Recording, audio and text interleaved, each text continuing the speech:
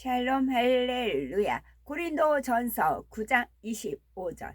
이기기를 다투는 자마다 모든 일에 절제하나니 그들은 썩을 승리자의 관을 얻고자 하되 우리는 썩지 아니할 것을 얻고자 하노라. 아멘. 믿음의 2단계에 있는 영혼의 영적인 상태와 천국 1천층에 들어가는 성도의 신뢰를 들어봅니다. 천국의 1천층은 믿음의 2단계 곧 믿음으로 구원받은 후 죄를 버리고 하나님의 말씀대로 살기 위해 노력하는 영혼들이 들어가는 처소입니다. 말로만이 아닌 최선을 다해 노력하는 사람에게는 반드시 변화가 나타납니다. 예를 들어 한 달에 10번 혈기를 냈던 사람이 다음 달에는 8번으로 줄고 그 다음 달에는 4번, 2번으로 횟수가 점점 줄어드는 것입니다. 속마음은 부글부글 끓고 있는데 겉으로는 혈기를 내지 않았다면 믿음의 3단계에 입문했다고 할 수 있습니다. 단지 혈기 한 가지를 내지 않았다고 믿음의 3단계라는 것이 아니라 겉으로 드러내어 행하는 모든 비진리 중 혈기를 한 예로 든 것이지요. 그 외에도 온전한 주일 성수와 온전한 11조도 드려야 함은 물론 하나님의 말씀에 하지 말라 하신 것을 최소한 하지 않아야 합니다. 믿음의 2단계에서는 마치 배를 타고 물살을 거슬러 올라가는 것 같이 힘이 듭니다. 그렇다 하여 노적기를 멈춘다면 배는 앞으로 나가지 못하고 뒤로 떠밀려 갈 수밖에 없지요.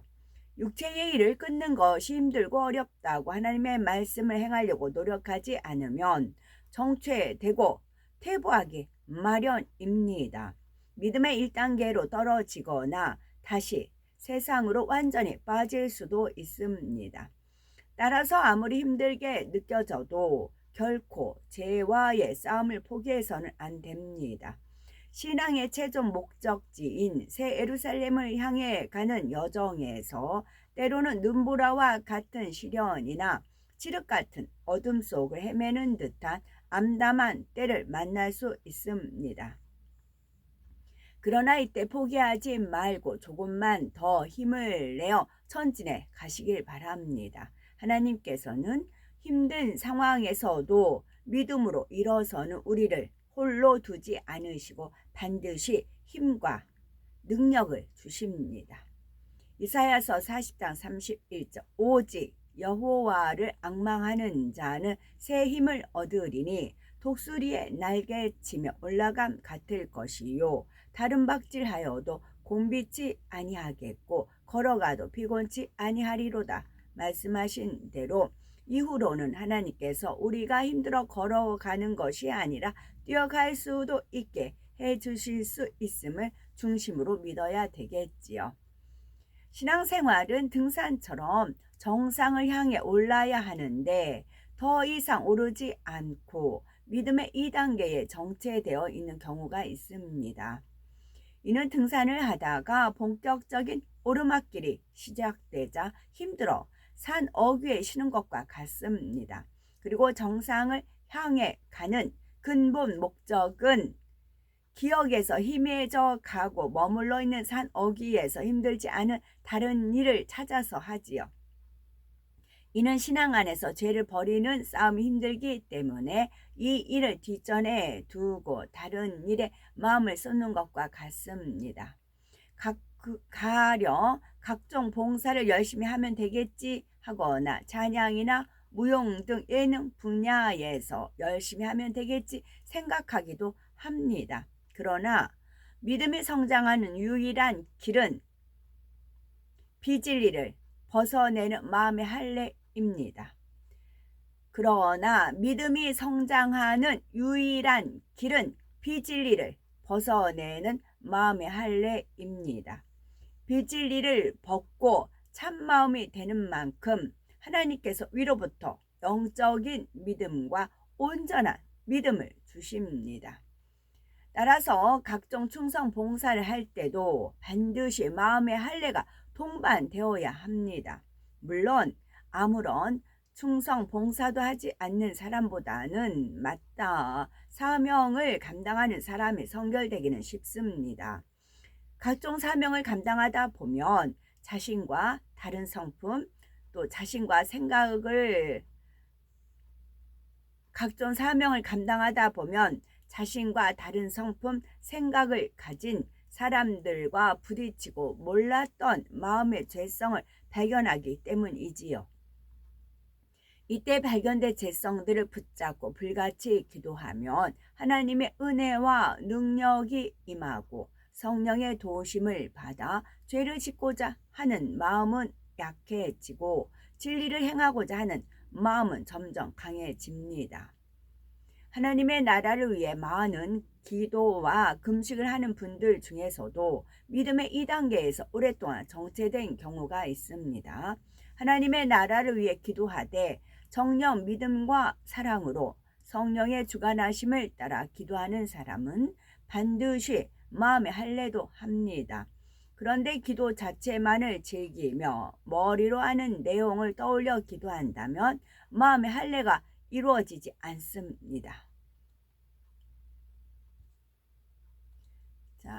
그런데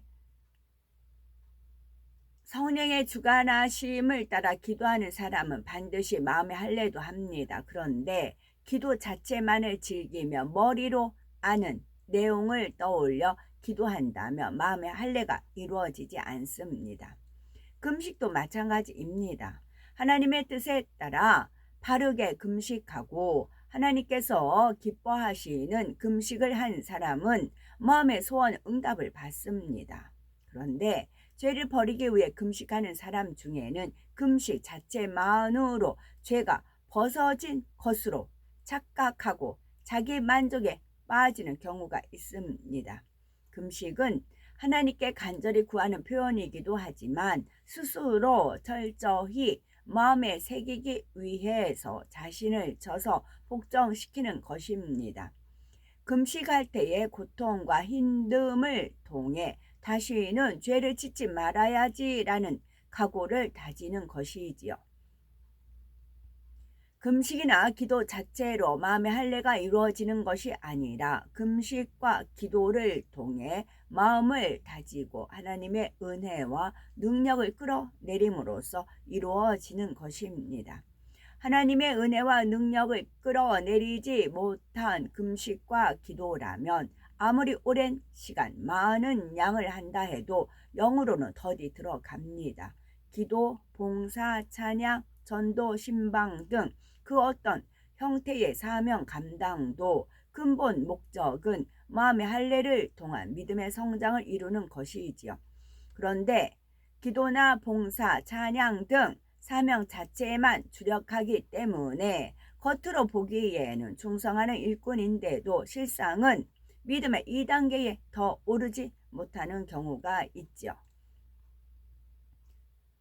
믿음의 2단계에서 정체되어 1천층에 들어간 분이 있는데요. 이분은 하나님의 나라를 위해 많은 봉사를 해왔습니다. 그런데 자기 유익을 구하는 마음과 자기 유익을 구하는 마음과 생각이 있으므로 사업을 하면서도 공의와 정도를 쫓지 못하였고 하나님의 영광을 가리는 분야도 많이 있었습니다. 말의 진실이 부족하고 불순종한 것이 많았으며 사람들과도 걸림으로 자신의 믿음으로는 겨우 구원받아 낙원에 가면 족한 상태였지요. 겉으로 보기에는 주일도 잘 지키고 철야 기도도 했으며 여러 사명을 충성했습니다. 그런데 마음의 할례를 하지 않으니 혈기를 내고 부딪힘이 있으므로 하나님 말씀에 많은 불순종을 낳았던 것입니다. 사람의 중심을 보시는 하나님 편에서는 이런 점들을 다 체크하셨지요. 연말에 일꾼을 선출할 때 이분이 머리로 뽑혔습니다. 성도들이 이분을 머리로 뽑은 것은 이분에게 무슨 부조침이 승한 면이 있었기 때문입니다. 어찌하면 돈을 벌어서 힘이 될까? 융통금을 갚고 성전도 지을 수 있을까? 처음부터 이런 마음은 변함없이 가지고 있었던 것이지요. 그런데 비진리의 마음을 버리지 않고 많이 가지고 있었던 것이 문제였지요. 육적인 지혜를 동원하여 사업을 하니 문제가 생기고 어려워졌지요. 돈을 빌려 약속대로 갚지 못한 일들이 빈번했고 수년 동안 쌓였습니다. 육적인 상황들이 어려워지자 영적인 충만함이 떨어지며 충성해서 쌓아놓은 상급도 잃게 되었지요. 만일 그대로 두면 낙원으로 떨어지게 되고 구원받기도 어려운 지경에 이를 수 있었기에 하나님께서는 공의와 사랑 속에 일천층 턱걸이를 할 수 있는 상태에서 그 영혼을 데려가셨던 것입니다.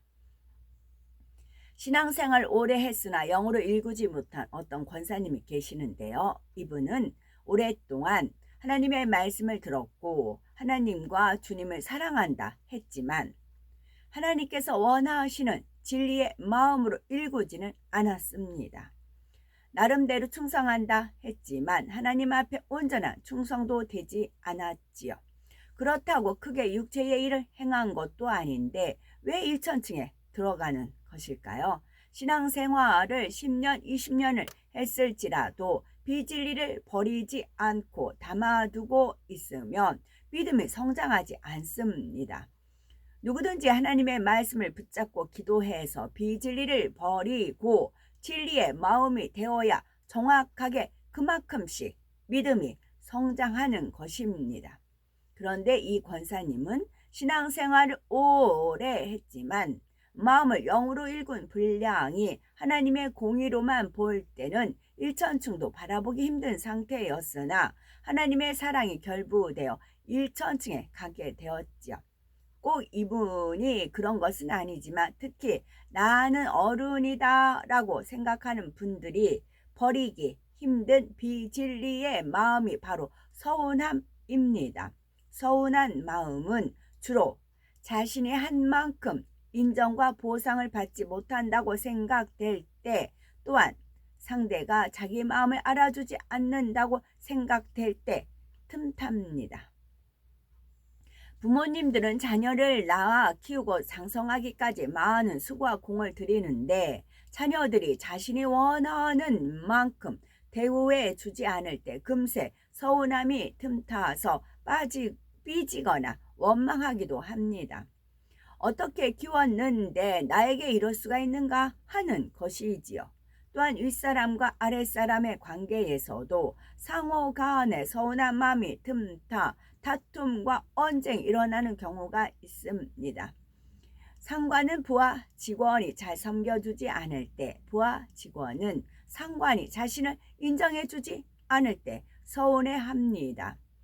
이런 서운한 감정들이 한 번, 두 번 쌓이다 보면 불평이 나오기도 하고 상대의 작은 약점을 크게 부풀려 말하는 등 여러 가지 악의 모양으로 파생되어 나오기도 하지요. 자신이 섬김받지 못해 서운한 마음을 직접적으로 드러내지 않고 다른 방식으로 표현하기도 합니다. 가령 상대가 도리나 예의 범절에 어긋나게 행했을 때 큰 소리로 엄히 꾸짖습니다. 이때 서운함과 감정을 품고 말하는지 그렇지 않는지는 자신도 알 수가 있고 주위 사람들도 어느 정도 느끼지요. 그런데 자기적인 의와 틀이 너무 강할 때는 내가 서운해서 섬김받고 싶어서가 아니라 상대를 위해 참지 못하고 거칠고 강한 말을 내뱉는 것입니다. 라고 하죠. 그러나 결국 마태복음 12장 35절에 선한 사람은 그 쌓은 선에서 선한 것을 내고 악한 사람은 그 쌓은 악에서 악한 것을 내느니라 말씀하신 그대로임을 깨달으셔야 되겠지요. 그러므로 이제는 더욱 내 자신의 믿음을 점검하며 말씀과 기도로 마음의 거룩함을 이루어 새 예루살렘을 향한 발걸음을 힘차게 내딛는 우리가 되어야 되겠습니다. 아멘.